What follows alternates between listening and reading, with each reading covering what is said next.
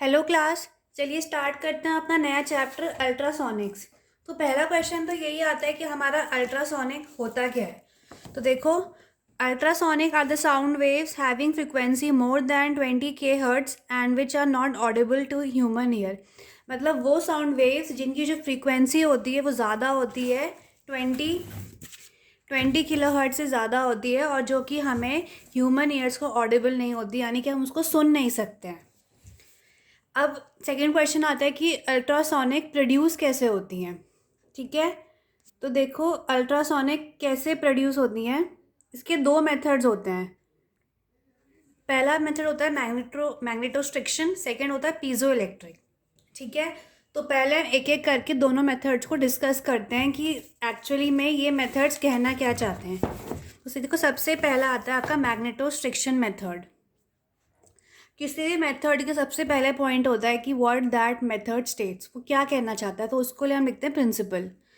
When a rod of ferromagnetic material such as iron or nickel is kept in a magnetic field parallel to its length, the rod suffers a change in its length. देखो, जब हम किसी ferromagnetic मतलब जिसको हम easily magnetise कर सकते हैं, जैसे हमने आयरन या निकल लिया और उसको हमने मैग्नेटिक फील्ड में रखा जो कि पैरेलल है, मतलब समान है उसकी लेंथ से, तो जो रॉड होगी उसकी थोड़ी लेंथ चेंज होगी।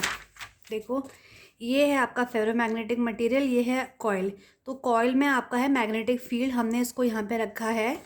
ठीक है, the change in length is independent of the direction of the magnetic field and depends only on the magnitude of the field and nature of the material.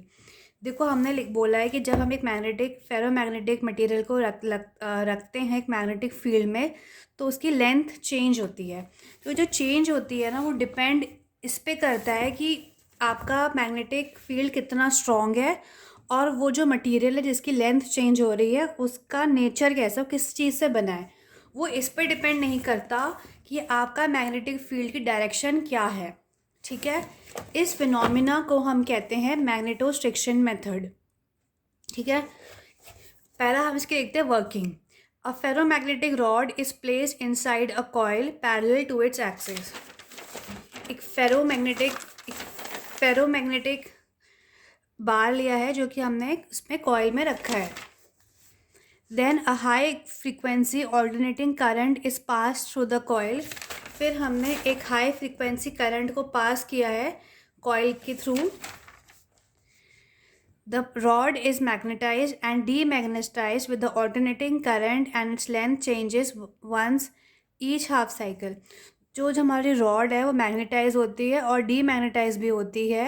जैसे ही हमारा ऑल्टरनेटिंग करंट हम उससे पास करते हैं, जब वो मैग्नेटाइज और डीमैग्नेटाइज होती है तो उसकी लेंथ भी बार बार बार बार चेंज करती है, जैसे जैसे हमारी साइकिल कंप्लीट होने लग जाती है।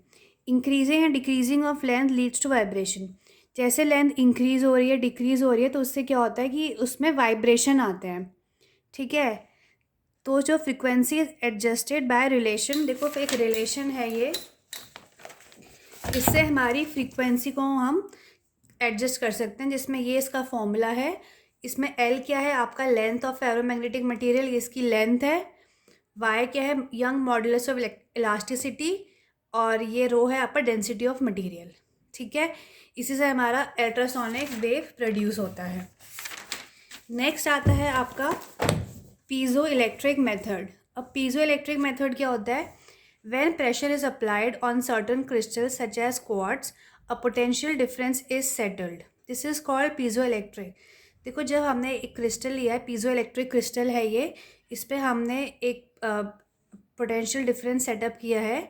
ठीक है, और इसी को हम पीजो इलेक्ट्रिक इफेक्ट कहते हैं। जब हम ये जो हमें जहाँ पे पोटेंशियल डिफरेंस को जब उल्टा कर देते हैं, यहाँ पॉजिटिव है, जहाँ पे नेगेटिव आ जाता है, यहाँ पे नेगेटिव, यहाँ पॉजिटिव आ जाता है, तो आपका जो पोटेंशियल डिफरेंस भी रिवर्स हो जाता है। रिवर्स कैसे हुआ, जब हमने इसमें टेंशन अप्लाई करी है। ठीक है, अब इसकी वर्किंग क्या होती है। देखो, पहले हम एक पीजो इलेक्ट्रिक क्रिस्टल लेते हैं, induce AC supply to opposite phase of the crystal. हम उसमें एसी ऑल्टरनेटिंग करंट पास कराते हैं। During first half of the cycle crystal compress. जब आपकी पहली साइकिल चलती है करंट की, तो क्रिस्टल सिकुड़ जाता है, कंप्रेस हो जाता है। Where as during second half of the cycle crystal elongates, जब आपकी सेकेंड साइकिल चलती है तो क्रिस्टल एक्सपैंड हो जाता है। Compression and elongation result in vibration, जब कंप्रेशन एंड इलोंगेशन होता है बार बार तो उससे वाइब्रेशन जनरेट होती है। If frequency of vibration is more than 20 kilo hertz then it is ultrasonic, जब जो हमारी वाइब्रेशन है अगर उसकी फ्रीक्वेंसी 20 से ज़्यादा है तो हम कहते हैं वो अल्ट्रासोनिक वेव है। फ्रीक्वेंसी हम कैसे निकालते हैं, ये इसका फॉर्मूला है। Frequency is equal to 1650 upon T K H Z. T क्या थिकनेस है आपकी क्रिस्टल प्लेट की, ठीक है।